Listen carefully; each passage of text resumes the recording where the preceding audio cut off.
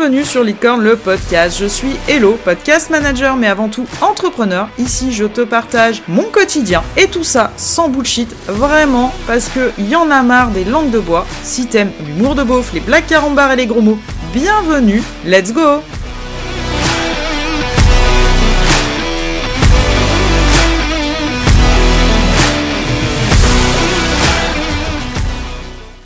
Et bienvenue dans ce tout nouvel épisode qui va être un épisode un petit peu dans ma tête. Je pense que t'as un petit peu compris si tu m'écoutes depuis quelques temps, la manière dont je fonctionne. Je suis pas la plus cadrée du monde, mais je suis quand même cadrée, ok. Et j'ai cette fameuse pensée en arborescence.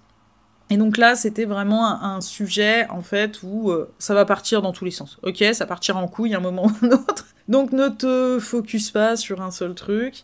Je voulais revenir un petit peu sur ce côté entre les apparences qu'on se donne, parfois, ou la manière dont les gens nous perçoivent parce qu'on n'a pas envie d'être mal perçu, d'accord, et la manière dont on est à l'intérieur. Moi, je suis toujours assez stupéfaite, vraiment, et pourtant, je te parle ici comme un charretier, et crois-moi que je parle comme ça tout le temps, en fait, je m'adapte, ok ? À l'époque où je travaillais chez McDo, le grand patron, je lui parlais pas comme ça, quoi, je lui disais pas « ouais, je poteau », ok ? D'accord ? Je faisais attention quand même.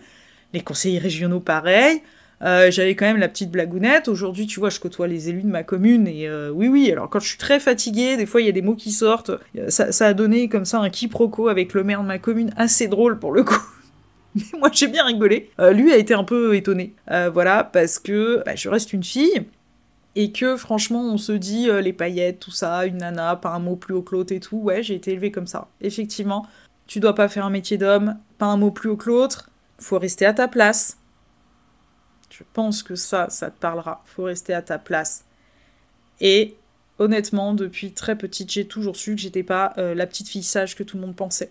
C'est-à-dire que j'ai toujours bien mené ma barque. Bien entendu que je suis respectueuse. Bien entendu que je sais me tenir. Bien entendu que tout ça. Mais j'ai su très tôt que les codes qu'on m'imposait ne me convenaient pas. Pourquoi ? Parce que j'ai eu la chance dans mon parcours, alors ouais, j'ai été élevée dans une famille très patriarcale, mais j'ai eu la chance d'avoir ma grand-mère qui ne se gênait pas pour ouvrir sa gueule. C'était drôle ça aussi. Elle se gênait pas pour dire des fois, là ça suffit quoi. Ouais, je fais à bouffer, ouais, je fais le ménage, mais c'est bon, je suis pas ta boniche quoi. C'était un peu son discours. Donc, moi j'ai très vite su que ce que la société m'imposait ne me convenait pas. Alors, faire des grandes études, oui, parce que ma grand-mère m'a toujours dit « T'es pas un mec, faut que tu sois plus intelligente. J'ai pas la force physique, faut avoir la force mentale. » Donc faire des études qui me convenaient, et en tout cas qui me donnaient des diplômes, parce que c'était important, oui. Par contre, la maison, le chien, les enfants, le truc, genre la petite maison dans la prairie, si on va dans l'extrême, c'était clair et net que c'était non. Je le savais tout de suite. Je l'ai toujours su. Et ça me fait toujours rire. Donc tu vois, quand je joue avec mes potes de guilde depuis des années, ils me connaissent, on s'est vus en vrai, parce qu'on a longtemps joué à distance bien entendu, et on se voit régulièrement en vrai, et c'est toujours assez étonnant parce qu'ils m'ont déjà entendu péter des câblons, au casque, parler comme de la merde, je suis pas la dernière à raconter des blagues de cul en plus, donc sur le moment ça les choque, mais c'est vrai qu'ils s'attendent pas en réel à ce que je sois comme ça, quoi. Sauf qu'en fait je le suis, et comme je te dis, je m'adapte très bien. Et c'est l'avantage de l'entrepreneuriat. L'entrepreneuriat, tu peux te créer ton entreprise, ton boulot, à ton image. Ça plaira pas à tout le monde. Moi, j'en ai conscience, ce côté un peu cash, et encore, je fais quand même attention, avec mes clients, je suis pas là pour choquer les gens. Je pousse au cul, oui, et chose que j'ai pu demander à une de mes bêta-tests là en ce moment, où, en termes de caractère, c'est quelqu'un qui va droit devant aussi, mais qui est quand même plus doux que moi. Et je la pousse. Effectivement, je la pousse gentiment. Alors, j'ai aussi 10 ans de management dans les pattes, donc je sais lire les personnes. Ça m'arrive de me tromper, mais je sais lire. Et je lui ai dit tout de suite, je lui ai dit, si tu trouves que je suis trop strict, trop cash, trop rentre-dedans dans ma manière de t'accompagner, parce que je la pousse, je lui dis, allez, on essaye ça. Allez, on fait ça. Faut pas hésiter à me le dire. Et elle m'a dit tout de suite, de toute façon, je savais où je foutais les pieds. Bon, ça me rassure. Mais effectivement, je ne plairai pas à tout le monde. J'en ai conscience, ça m'a fermé des portes. Ça m'a fermé des portes dans l'entrepreneuriat, Ouais, je me restreins quand même. Tu vois, ici, dans le podcast, je te parle vraiment à cœur ouvert, je mets des gros mots, des fois, je suis capable de dire des trucs, on me l'a dit, hein, là, ça va trop loin, ouais, bah, je suis comme ça, en fait. Ça ne justifie pas, par contre, j'insulte personne, je respecte vraiment les gens, mais ouais, il y a des putains, des merdes et des fichiers qui sortent. Oui, sur mes réseaux, et en tout cas sur Instagram, je me limite encore énormément. Pourquoi ? Parce que t'es vite bloqué, malheureusement, tu peux être vite dénoncé. Comment on fait ? Enfin, le mot, je trouve pas le mot, d'accord ? Mais tu peux vite être, rembarré par quelqu'un qui va dire « Ouh là là, machin ». Alors, on voit des nichons toute la journée sur les réseaux, mais juste parce que tu dis « putain », alors putain ça passe, mais genre pute, tu te fais rembarrer, quoi. Enfin, il y a un moment, vous me fatiguez. Franchement, vous me fatiguez. Et donc, peut-être que oui, il y a ce côté, pour ceux qui ne m'écoutent pas dans le podcast, ce côté, ils comprennent peut-être pas forcément la personne qu'ils ont en face d'eux, parce que je me restreins. Et oui, j'en ai conscience, je me restreins sur les réseaux, et notamment Instagram. Mais ça se sent. Les personnes qui me connaissent très bien aujourd'hui, que j'ai pu rencontrer par les réseaux, m'ont dit « Ouais, non mais en fait, on le sait que t'es complètement pété du bulbe, y a pas de souci. » Et ça se sent, on sent que t'es un petit peu... voilà. Mais oui, j'ai su très tôt, et je ne suis pas la petite fille sage que tout le monde pense que je suis. Comme je te dis, ce fameux quiproquo avec le maire de ma commune, qui partait d'un truc complètement anodin. Je me rends sur un événement pour le journal, il y avait le maire, et il me dit « Oui, j'ai bien reçu le mail que vous avez mis par rapport à... » Voilà, je lui ai signalé quelque chose, un comportement non respectueux de la loi sur la commune, et il me dit « Oui, machin », et je lui dis « Effectivement, je suis désolée, j'étais un peu... » Alors, j'ai pas mis d'insultes et tout dans ce mail, mais je lui dis « J'étais un petit peu énervée ce jour-là, parce que la personne dont je parle dans le mail, c'est plus d'une fois que je lui fais les remarques correctement, poliment, moi je me fais insulter systématiquement, la personne me tutoie alors qu'on se connaît pas. Ici, je te tutoie parce que c'est ma manière de communiquer, mais dans la vie courante, je ne tutoie pas les gens que je ne connais pas.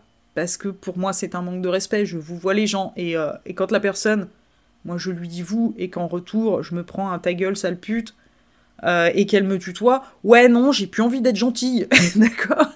Donc je lui ai dit, effectivement, ce signalement a été fait sous le coup de la colère parce que c'est récurrent, et parce que là, j'en peux plus, et qu'il faut que vos services interviennent sur la commune. Et il me dit oui, et on parlait du sujet, il me dit effectivement, il y a des personnes, alors il emploie des mots un petit peu évolués, il y a des personnes et tout, et je lui dis ouais, non mais elle est complètement pétée du bulle celle-là. Parce que ça m'est sorti tout seul. Et je vous avoue, quand j'ai vu ces deux grands yeux, ces deux billes comme ça, genre mais qu'est-ce qu'elle dit ? Mais comment elle parle ? Parce qu'il me connaît pas sous cet angle-là. Bah oui, on peut facilement donner une image de nous qui n'est pas la bonne. Il y a des personnes que j'ai pu rencontrer sur les réseaux, qui de prime abord affiche un côté très cash, un côté très moi je dis les choses, moi je suis comme ci, moi je suis comme là, et je peux t'assurer, et je ne donnerai pas de nom bien entendu, mais je peux t'assurer que en privé, c'est pas du tout ça. C'est des personnes qui ghostent, c'est des personnes qui n'osent pas, et qui n'assument pas te dire les choses, et qui vont aller le mettre sur les réseaux à la place en disant « Ah, on m'a dit ça, c'est intolérable, moi la personne, je lui ai dit que... » Alors qu'en fait, la personne t'a jamais rien dit, d'accord ?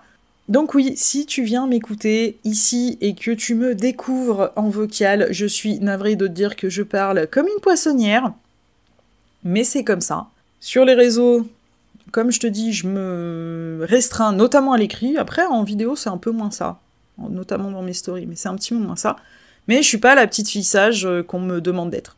Et je ne le serai pas, puisque c'est quelque chose qu'on est venu, je vais pas dire me reprocher, mais dont on m'a fait la remarque, au niveau de ma com, où on m'a dit il faut que tu sois moins rentre-dedans, il faut que tu sois moins cash, il faut que tu sois moins comme ci, mets de la douceur, mais ci, mais là. En fait, dans l'idée, pendant des années, mais vraiment des années, c'est-à-dire que depuis enfant, les normes étaient établies, de par l'éducation que j'avais, de par le cercle familial que j'avais, de t'es une petite fille, tu parles pas fort, tu fais pas ci, tu fais pas ça. Une fois arrivée dans le salariat, je suis rentrée dans une entreprise dans laquelle, bon, j'ai évolué et je me suis épanouie. Ceci dit, j'avais une direction purement masculine qui me disait que j'étais trop ci ou trop ça, ou pas assez ci ou pas assez ça. Donc tu comprends bien que quand tu es multi-truc, hypersensible, t'essayes de t'adapter à tout le monde, sauf qu'à un moment donné, t'as plus envie de t'adapter, et tu pètes un câblon. Et que oui, aujourd'hui, j'ai plus forcément envie de moi j'appelle ça me travestir, c'est pas péjoratif quand je le dis, mais de me travestir entre, je vais donner une image de moi parce que je pense que c'est ce à quoi s'attendent les gens, alors qu'en fait, je ne suis pas réellement comme ça. Et je pense qu'aujourd'hui, et ça sera la finalité de cet épisode, avec une petite interrogation, et tu me diras en commentaire ce que t'en penses, toi. Je pense qu'aujourd'hui, les gens On a vu toute l'époque des influenceurs, les meufs ultra maquillées, machin, blabla. Il n'y a pas un truc qui dépasse, tout est contrôlé et tout. Le marketing est fait pour te faire acheter, on te met des trucs dans la tête, machin, et je pense qu'aujourd'hui on revient un petit peu à une époque où on a envie de voir des gens vrais. Donc t'as qu'à voir la mode, parce que j'appelle ça une mode, parce que ça ne tiendra pas forcément dans le temps, tu le verras. La mode des contenus UGC, donc initialement qui était fait par des personnes lambda. Voilà, les marques trouvaient quelqu'un qui avait une communauté sur les réseaux assez importante pour envoyer un produit, fait le produit, fait de la pub pour notre produit, machin... et ainsi de suite. Donc c'était fait un petit peu de manière non professionnelle, on va dire, et aujourd'hui on assiste à une percée, et c'est très bien, de personnes qui font du contenu UGC, mais dont c'est le métier. On n'est plus dans l'influenceuse dans sa cuisine, quoi. Enfin, la maman, mère au foyer, qui va parler du dernier biberon à la mode anti-reflux pour les bébés, par exemple. Parce qu'une marque lui a dit « Ah bah tiens, on aime bien les vidéos que tu fais sur le sujet de la parentalité, on t'envoie ce biberon, tu peux le tester, si tu peux en parler et tout, machin, ça serait cool, quoi. » Là, on est dans du contenu créé, vendu aux marques, avec un marché pour ça, bien entendu. Donc on veut du vrai, mais du vrai contrôlé. Voilà, dans le paraître, en tout cas. Et je pense qu'aujourd'hui, les gens ont besoin de revenir un petit peu aux fondamentaux, et en tout cas à tous ces aspects de on veut du vrai, on veut des gens, des nanas pas maquillées. Alors quand t'es une nana pas maquillée sur les réseaux, tu te fais facilement plus tracher, d'accord, qu'un gars. C'est comme ça. Bah ouais, les meufs, elles ont des cernes, les meufs, des fois, elles ont les cheveux de travers, et elles sont pas maquillées dès qu'elles se lèvent, quoi. On n'est pas Barbie, hein. Donc faut vous détendre un petit peu, d'accord, là-dessus. Mais on assiste, pour moi, la vision en tout cas que j'ai là à l'instant T, on assiste à un retour de on veut du naturel, on veut du vrai. Bien entendu qu'on est encore un peu trop dans le contrôle sur certains trucs. Donc, comme je sais que toi qui m'écoutes, alors il y a des garçons qui m'écoutent, je le sais, d'accord ? Mais la majeure partie de mon auditoire, et je vous en remercie vraiment, et encore une fois je vous remercie de vos retours aussi, que ça soit en commentaire ou sur les réseaux, la majeure partie ce sont des femmes. J'ai envie de te dire, vis ta vie. Sois pas une petite fille sage. Ouais, ça peut être mal pris. Suivant le contexte, ok.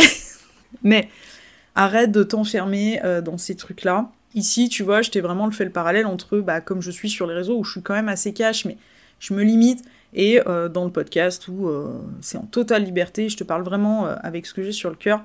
Le podcast, pour moi, a vraiment été libérateur. Je l'ai abordé plus d'une fois dans mes épisodes, mais c'est un exutoire, c'est vraiment libérateur.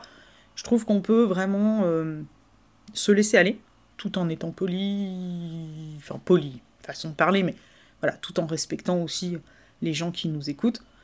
Mais on peut vraiment se lâcher un petit peu la grappe sur cette perfectionnite, sur tout ça.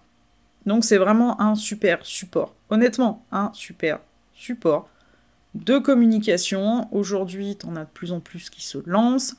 Tu as de plus en plus de grands entrepreneurs qui commencent à t'en parler, donc là, on est novembre, en tout cas quand j'enregistre, et quand cet épisode sera publié, novembre ou début décembre. N'attends pas non plus 10 ans si tu veux te lancer dans un truc, et puis je suis assez comme ça, assez guerrière, c'est lance-toi et on verra, ok ? Donc fais ton petit bout de chemin. En attendant, je t'attends dans les commentaires, et tu me diras, parce que je t'ai noyé la question dans le truc, tu me diras ce que toi t'en penses sur ce côté, on veut un retour aux sources, et avec un petit peu plus d'authentisme, et arrêter de se voiler la face sur tout un tas de choses. Je vais m'arrêter là, et je vais te souhaiter une belle journée ou une belle soirée en fonction de l'heure à laquelle tu vas m'écouter, et je te dis à très bientôt.